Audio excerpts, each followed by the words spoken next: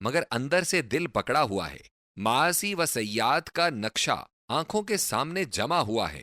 دل و دماغ پر افعال شنیہ کا اتنا قبضہ ہے کہ موت سے نفرت ہے، خدا کے حضور میں جانے سے طبیعت گریز کرتی ہے۔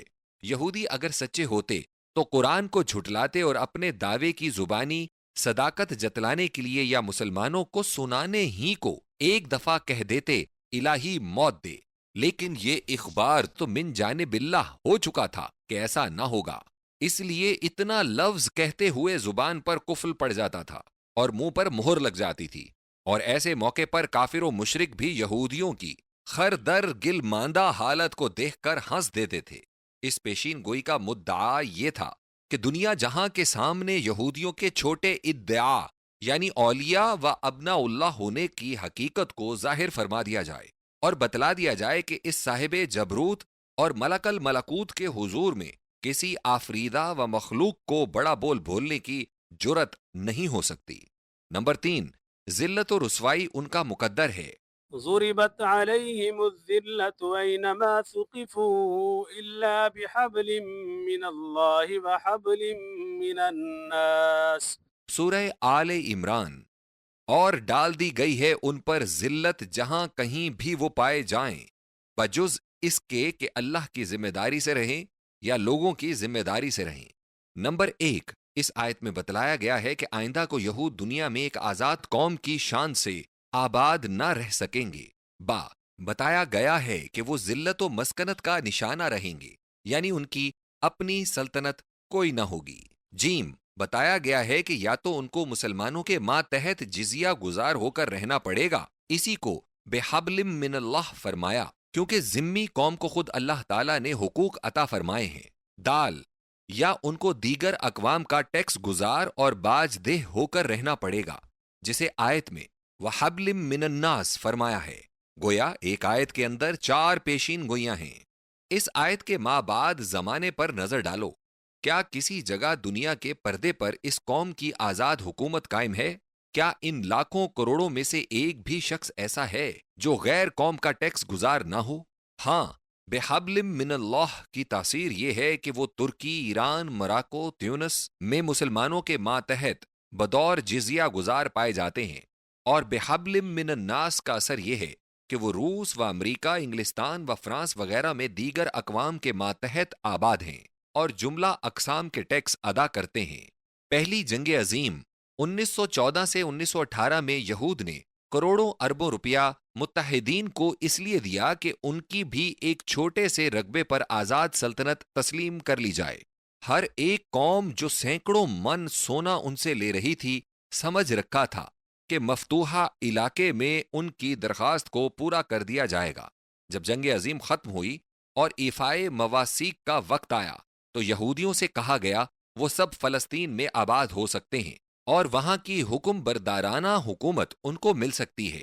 یہ شرط ابھی تک پورے طریق سے پوری نہیں ہوئی اور فلسطین کے سابقہ باشندوں نے بھی ابھی تک یہودیوں کے تفوق کو بھی تسلیم نہیں کیا۔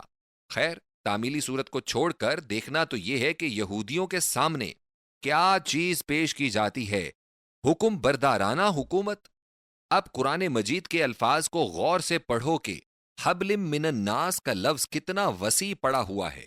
ایک کتا کسی امیر کے پاس ہوتا ہے، اسے وہاں دودھ، گوشت وغیرہ سب کچھ ملتا ہے، ہاں گلے میں زنجیر بھی ڈال دی جاتی ہے، تو کیا اس کا یہ رتبہ ہو سکتا ہے کہ وہ خود کو ایک تہی دست آزاد انسان سے برتر خیال کرنے لگے صرف اس لیے کہ انسان کو وہی غذا میسر نہیں جیسی مسٹر ڈاگ کو ملتی ہے؟ بعین ہی یہی پوزیشن فلسطین میں یہودیوں کی قائم کی گئی ہے، مگر حبل من الناس کی زنجیر ضرور گلے میں پڑی رہے گی، اور یہ وہ زبردست پیشین گوئی ہے جس کے سامنے تمام یورپ کے وزرائے دول کی ڈپلومیسی بھی عاجز ہے۔ نمبر 4، باہمی عداوت ابدی۔ یہودیوں کے باہمی فرقوں کے اندر عداوت ابدی کی پیشین گوئی۔ فأغرينا بينهم العداوة والبغضاء إلى يوم القيامة۔ سورۃ المائدہ۔ ہم نے ان کے درمیان عداوت اور بغض قیامت تک کا ڈال دیا۔ اس وقت یہودیوں میں الگ الگ 2 توراتیں ہیں، ایک تورات یونانیہ ہے اور دوسری سامریہ۔ ایک کتاب کے مقلد دوسری کتاب والے کو قطعی کافر جانتے ہیں، اور ایک دوسرے کے ساتھ بات کے روادار بھی نہیں۔ قرآنی پیشین گوئی کے مطابق یہ بغض، یہ عداوت تا قیامت اسی طرح قائم رہے گی۔